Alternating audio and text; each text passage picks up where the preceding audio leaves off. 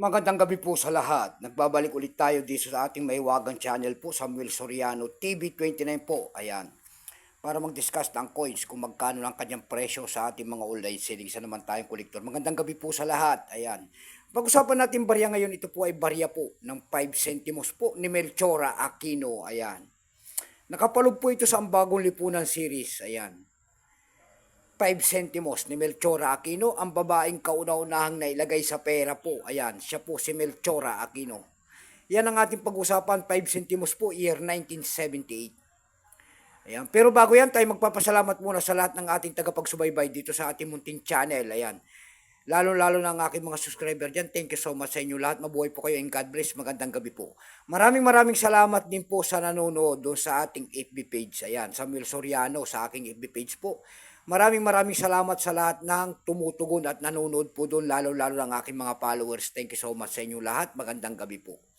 Yun naman po, hindi pa po nakapag-subscribe dito sa ating munting channel. Anyayaan ko lang sana kahit malaking tulong na po sana bagay ang inyong magagawa tulad ng pagpindot ng ating subscribe button, like and share para ma-update ko naman kayo sa mga gagawin ko pang mga video ko po.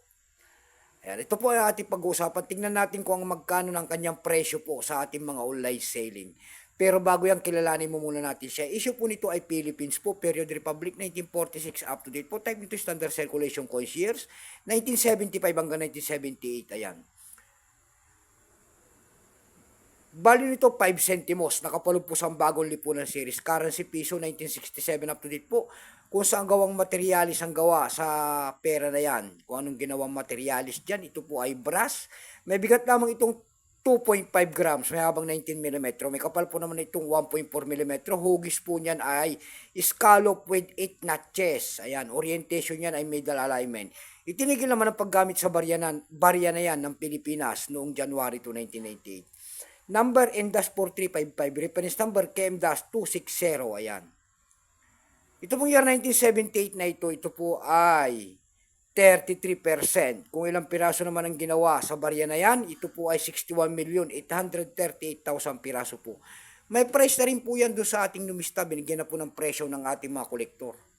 Ayan. Yung kanyang verify po kung tawagin nila ay 38 pesos. Yung kanya ay 18 pesos. Yung kanyang extra pen po ay 33. Almost uncirculated 41. Ang circulated po nito, ang presyo po niyan ay 49 pesos. Dako tayo sa kanyang mga price. Ayan. Doon sa ating ebay.com po, mayroon tayo nakita nagbebenta doon ng $2.25.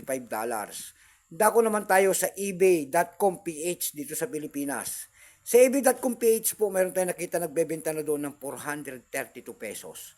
Dako tayo sa pangatlong website na pinuntahan para magtingin-tingin ng kanyang presyo pa. Doon po sa Carousel PH po, mayroon tayo nakita nagbebenta doon ng 339 pesos. Nasundan po yan ng 85 pesos. Yung pinakamababa po na bintahan na doon ay 80 pesos. Ayan lamang po ang ating may babahaging kanyang presyo. Keep siya po sa ating. God bless.